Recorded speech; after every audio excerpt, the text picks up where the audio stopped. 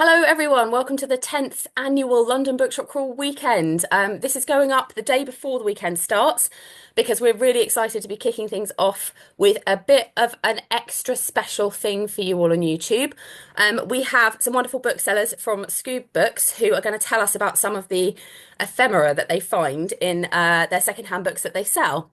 I think we've all had that moment of getting a secondhand book and opening it up and finding like someone's postcard or bus ticket or something in it, which is very cool. So we're very excited. I'm very excited, speaking for myself, to have you both here. And I'm looking forward to finding out what you have to tell us about. So do you want to introduce yourselves? Yeah, I'm Hannah. Uh, we work at Skoob. Yeah, I'm Emma. I've been working at Skoob since 2016, so I'm coming on my ninth year now. Wow. Excellent. We love Scoob. We always come in on a King's Cross route. So anybody who's booked onto the King's Cross group, you'll be in on Saturday afternoon. And I always have to drag people out because they always want more time there. So I imagine you get a lot of books in with a lot of different things in them. When did it start becoming a collection that you decided like actively we're going to keep these things and So it's sort of we've always had stuff we found in books around the shop. It just comes naturally with acquiring secondhand books. But and we had a lot of this stuff just stuck on the walls around the shop, by the till mostly. But when COVID happened, we had to close the basement shop. We opened a pop-up shop upstairs, but we had to. Well, we sort of re-renovated the downstairs a little bit, like we painted it and such, because we had some time to, yeah, spruce things up, and we had to take off a lot of the stuff off the wall. And that's when we sort of started to realize that the things that we had that we'd just been sticking up, like collaging, were actually really special and quite, we were interested, but also other people were interested in them. So we yeah. started to, and then after the renovations, we basically started the collage wall from scratch. So we also had a whole box of stuff that had been on the wall previously, and we didn't really know what to do with it. So we started to kind of file things a bit and get them a bit more organized. Brilliant. Yeah, and we get a chance to, I guess another sort of stage of the process was we got to do the Art Workers Guild is really close to us, and they organize a tabletop museum every year where people get to show their collections. And we got to show our collection last October. So that was another moment where we could take a look at our things and sort of take in stock of what we have. It's so cool because so often I have discussions with people about, like on bookshop crawls, about secondhand books being their stories in themselves, in as much as like they're where they've come from and who had them before, and like especially with children's books, often like how well loved they were before they were passed on, or some of them will have little notes in the front like for birthdays or Christmas or whatever. Yeah. I know I've got some books like that myself. So it's such a cool, like, kind of a living history exhibit of stuff that comes out of books. So how do you store it now in between displaying it? Do you keep it on display all the time, or is it in a box? Well, the things that are on the wall are on display all the time, but they change all the time as well. So we take some off and then we put some on.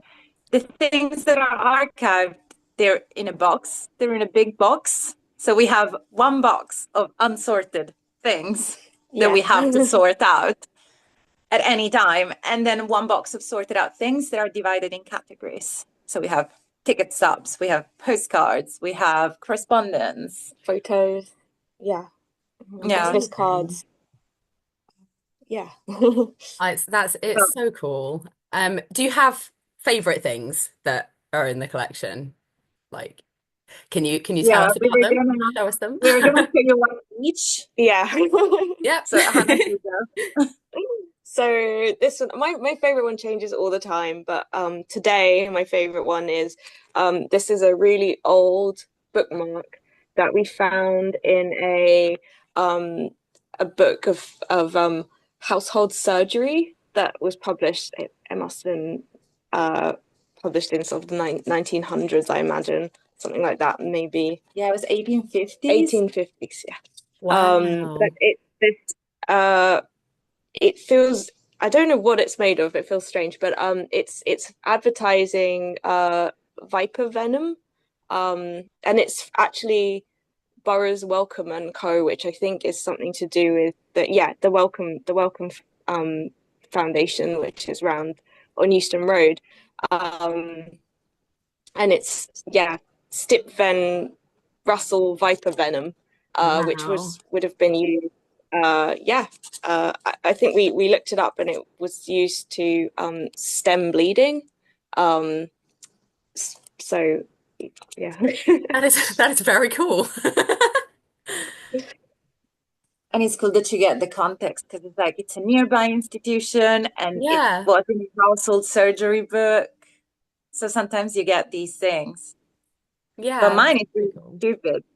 Yeah, sometimes you get things that with absolutely no context, which is my favorite one. This is my favorite one. I've been meaning to make a t-shirt. It says, I don't know if you can see it. Hang on, I'm gonna take it off. I'm gonna do the makeup Oh yeah. thing. It says the doctor's note. It says scrotal hematoma. And it's written on like this piece of paper that advertises a painkiller that has paracetamol, caffeine, and codeine. So it really Wow. tells a story. So I love it. But this is one of the ones that we have.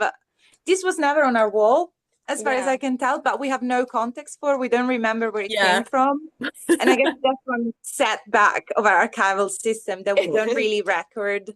That's our flaw. The context. Yeah. So you can't be that's the person with the scrotal hematoma. Yeah, exactly. Yeah. Maybe that's better not to know. Anonymize it, right? Naturally. That's something you have to be a bit careful about, but yeah. Yeah. I mean, we don't know, but if we saw them walking, we would know. Yes. So that kind of ties in actually really well with I wanted to ask you what's the weirdest item in the collection? Oh, this is not the weirdest one. No? We have two again. Which one should we do first? This one. This one. Yeah. So these were all found in one book, I think. They're just these strange photographs of people. It looks like a kind of maybe a maypole thing or something, but there's no maypole. It looks like there's some strange Ooh, meeting happening. And it's a whole set. This one's good. So yeah, it's quite haunting. Yeah. And then there's this Oh, lady here. wow. So yeah, I think it's a Yeah, they look quite like images out of like a ghost story. Yeah, they're quite spooky. We were wondering if it's some sort of school. It could be a school. Yeah. These are also without any context. Sometimes with pictures, photos, they have writing on the back. Yeah. That might give us clues, but these ones are completely without context. Yeah, we just don't know. It's a mystery. And That's then very the cool, other but also one, part of me wants to know, like, who were they? What were they doing? Yeah, but sometimes it's still not knowing as well, because you like sometimes the reality is so mundane that it's almost nicer to make up your own story. True, yes. Yeah. But so this is not, we don't have the book, we know where the book is, our friend has it, but we don't have it with us. But this is the absolute weirdest thing we ever found. I think I started working at Skoob about six years ago, and I think this was I was very new to the shop when we made this discovery, and it was like it was very strange. So someone we buy books by appointment, and someone sold books to us, and then it wasn't until after we had bought the books that we discovered that someone had hollowed hollowed it out, Oh, and wow. added a little pipe and lighter. Gosh, that's very cool. Yeah, it was a this is a Percy Jackson book. That's I a think weird the one. person whose book, the person's dad, yeah, the person's dad was selling them to us, and they'd gone off to university, so Oh, the dad right. was selling all the childhood books, and that was in there. So hopefully the dad doesn't see this. Hopefully, yeah. Again, it's yeah, Time it's ago. been a long time, and again, no idea who this person is anymore. So Yeah. that's a way. Yeah. Brilliant. So and how do you decide? Do you keep everything that you find in books? Or obviously there's like probably some stuff that's like not worth keeping. How do you decide what is worth keeping? Just we were discussing it, and we were saying it needs to spark joy. Yeah. It needs to be something that makes us go, wow. Because Yeah, these days, like we found 1,000 postcard ticket stubs. Like they're nice, but they're not super No. duper interesting. And they also, it's harder. They don't have a story attached to them as much as some other objects that really you can. Yeah. They have such personality. So yeah. that. We just find so many bus tickets. We already have, a Yeah. collection of tickets and things. So now, like, yeah, we've got to be really impressed now. We've Got got to to be But a be, really sometimes good it's bus like ticket. also Yeah. like we found. yeah, exactly. But recently we found a receipt in a book. Normally we wouldn't keep a receipt, but this one had a little quote at the bottom. And it was from a bookshop in San Francisco, and it had a quote from a poem. And we Googled the poem and we couldn't find it. So we messaged them on Instagram and we asked.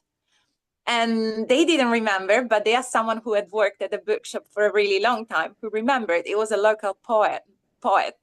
And they used to have quotes from these kind Oh, of things wow. at the bottom of their receipts. And we started this correspondence and we realized that we were quite similar in the way like we did And book selling.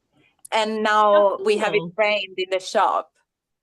That's very cool. That's like it. I guess it's things that kind of either have a story to tell, like you say, or you can kind of imagine or work out like what the story would be, or they're kind of increasing your own story, making more And that connections. could And that's very actually, cool. yeah, exactly.